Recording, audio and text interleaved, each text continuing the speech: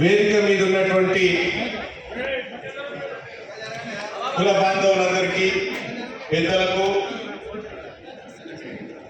ఎవరు వెళ్ళొద్దు, అందరికీ ధన్యవాదాలు తెలియజేస్తూ ఈ కార్యక్రమానికి రానటువంటి బిహెచ్ గారికి, ఆర్ శ్రీనివాస్ గారికి కూడా ప్రత్యేక కృతజ్ఞతలు తెలియజేస్తా ఉన్నా. అయితే అనేకమైనటువంటి ఒడిదుడుకులు, అడ్డంకులు, వీటన్నిటి మధ్యలో ఈ కార్యక్రమం జరుగుతున్నట్టుగా పరిస్థితి చూస్తా ఉంటే అర్థమవుతా ఉంది. ఈ మున్నూరు కాపుల మీటింగ్ 2 రోజుల పర్మిషన్ ఏమో నాకు అర్థం కాదు. మీటింగ్ మున్నూరు కాపులంతా ఒక దగ్గర కూర్చొని ఒక ఆలోచన చేసి ఈ రాష్ట్రంలో బీసీలకు ఏం జరగాలి, మున్నూరు కాపులకు ఏం జరగాలనేటువంటి ఆలోచన చేస్తున్నటువంటి క్రమంలో మీరు ఆ మీటింగ్ పోదు, మీ మీటింగ్ మీరు పోవద్దని నేను చెప్తే మీరు ఒప్పుకుంటారా? ఒప్పుకోరు కదా. మా మీటింగ్ బాధతో పోతాం. మేము ఇంకా మేము నియంత్రిస్తామని ఎవరైనా ఓగర్పోతున్నాను ప్రదర్శిస్తే అది మీ దగ్గర పెట్టుకొని మీ రాష్ట్రంలో పీకే మంది లేదు. పీకే లేని మంది లేనటువంటి మీకే అంత పౌరుషం ఉంటే ఇవాళ లక్షలాది మంది ఉన్నటువంటి మున్నూరు కాపు బిడ్డలంతా ఒకసారి కలుసుకుంటే మీ రాజకీయ భవిష్యత్తు ఏమైతుందో ఒకసారి ఆలోచన చేస్తారు.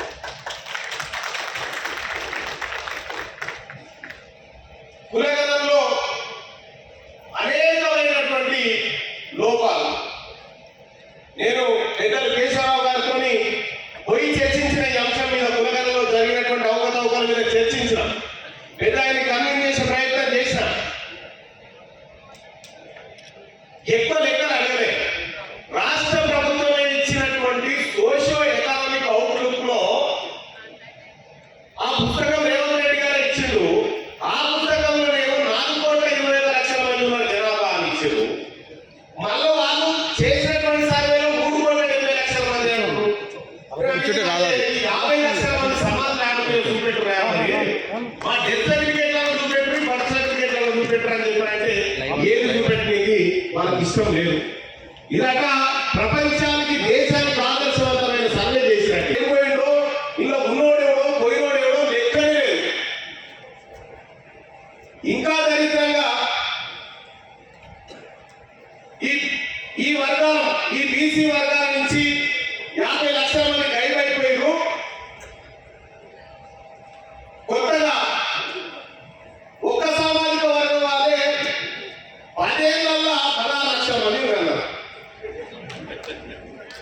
ఏం లేకనిది, ఏం కదా. మరి ఏ ప్రాతిపదికన మంత్రి పదవుల పంపకం జరుగుతా ఉంది ఇక్కడ? జనాభా ప్రాతిపదికన. జనాభా ప్రాతిపదికన మంత్రి పదవులు జరిగేదంటే మున్నూరు కాపులకు 4 రావాలి, 2-3 రావాలి. ఏమి మరి?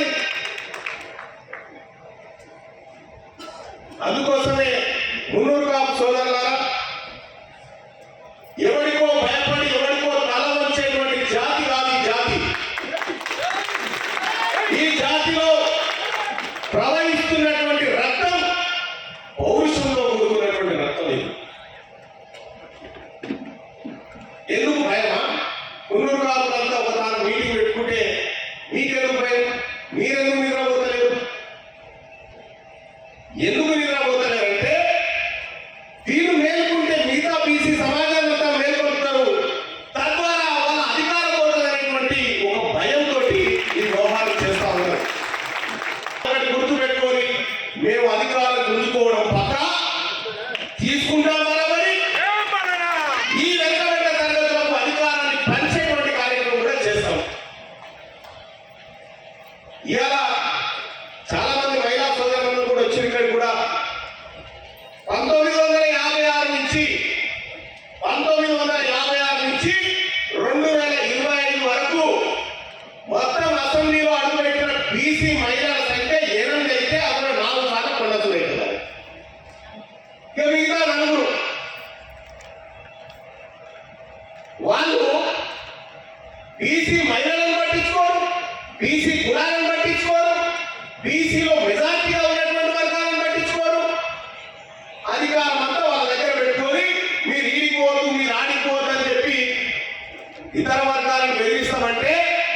చూస్తూ ఊరుకోవడానికి లేదు.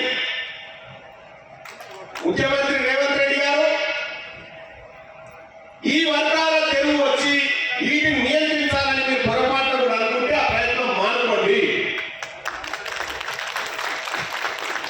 ఇవాళ బీసీలమంతా ఒక్కటయ్యి మేమంతా ప్రజాక్షేత్రంలో ఉద్యమాల గీతా ఉంటే ఏమైతే చరిత్రలో ఉద్యమాలను అణచివేసిన ప్రతిసారి రెట్టింపు ఉత్సాహంతోనే వేసే తప్ప ఉద్యమాలు మీరు కాకపోలేదు. దాని ప్రయత్నం చేసినటువంటి వ్యక్తులు ఎవరైతే ఉన్నారో వాళ్ళే ఆగమైపోయింది. మీరు రాసి పెట్టుకొని 2028 బీసీలనే బీసీ సీఎం ఖచ్చితంగా ఇక్కడ 2028లో మహిళా సోదరులారా 33% రిజర్వేషన్ వస్తా ఉంది. మీ నియోజకవర్గాల్లో మీరు నిలబడాల్సినటువంటి అవసరం ఉంది. కాబట్టి మీరంతా రాజకీయంగా సిద్ధం కావాల్సినటువంటి అవసరం ఉంది. ఉద్యమపరంగా సిద్ధం కావాల్సినటువంటి అవసరం ఉంది. అధికారాన్ని చేపట్టే దిశగా మనమంతా ముందుకు పోవాల్సినటువంటి అవసరం ఉంది. ఇవాళ తీర్మానం వలన నేను బీసీల గురించి నేను లెక్క అడుగుతా ఉండాలి. నన్ను సస్పెండ్ చేసి తీర్మానం వల్ల నన్ను సస్పెండ్ చేయడం అంటే ఓరలకి అగ్ని బయటికి తీసినట్టు. ఏమైతే సస్పెండ్ చేసి తీర్మానం వల్ల గెలిచింది మీ ద్వారా కాదు, మా ప్రజలంతా, నా కులబంధువులంతా, నా బీసీ సమాజం అంతా నిలబడి ఓటేసి గెలిపిస్తే తీర్మానం వల్ల వచ్చింది. ఇలా మీరెవరైతే కుర్చీలో కూర్చున్నారో వాటికి తీర్మానం వల్ల పెట్టిన పిచ్చం మీకు కాదంతా. నేను పెట్టిన పిచ్చం నేను తిరిగి గెలిపిస్తే కదా మీరు గెలిచిరా. 42 నియోజకవర్గాలు తిరిగా.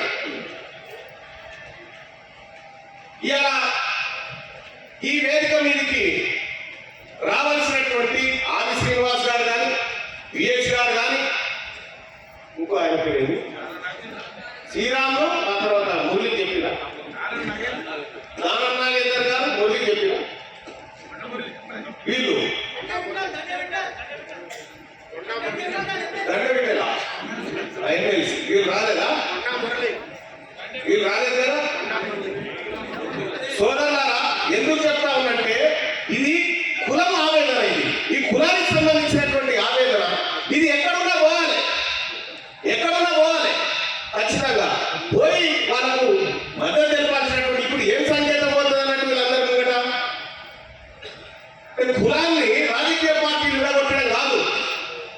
అందుకోసం చెప్తా ఉన్నా, ఎక్కడున్నా మనమందరం పోవాలి, మనమందరం ఐక్యంగా ఉండాలి. మనం ఐక్య వాళ్ళు ఉంటారా, వాళ్ళు ఏడికైనా పోతారు, ఏ ఇంట్లోనైనా కూర్చుంటారు, ఏదైనా కలుస్తారు, ఏదైనా మాట్లాడతారు. మనం మాట్లాడుకుంటే ఇబ్బంది అనేటువంటి మాట. ఇవాళ మీ అందరికీ తెలిసినటువంటి అంశమే బీసీల విషయంలో బీసీల లెక్కలు కులాల వారిగా బయట పెట్టే దమ్ము లేని పరమ చెత్తగా ఉంది సర్వే. ఏ ఊళ్ళో ముదిరాలు ఎంతమంది, మున్నూరు కాపులు ఎంతమంది, పద్మశాలి ఎంతమంది, గౌడ్లు ఎంతమంది, నాయకాములు ఎంతమంది, రజకులు ఎంతమంది లెక్క చెప్పే దమ్ము లేనటువంటి దట్టంబ సర్వే అది. అయినా కూడా 42% రిజర్వేషన్ అని మీరు చెప్పారు. ఆ చెప్పిన రిజర్వేషన్ మాటకు కట్టుబడాల్సిందే. దానికి వాళ్ళ యావత్ మున్నూరు కాపు సమాజం మద్దతు తెలియజేస్తా ఉంది. 42% రిజర్వేషన్ మీరు అమలు చేసుకొని రండి, మీరు అమలు చేసుకొని రండి. అక్కడికి మేము కాగితం ఇష్యూ పెట్టాము. ఆ ఢిల్లీ చేయాలంటే కుదరదు. రేవంత్ రెడ్డి గారు జంతర్ మంతర్ కాడ ఆమరణ నిరాహార దీక్ష చేయి ఈ 42% కోసం.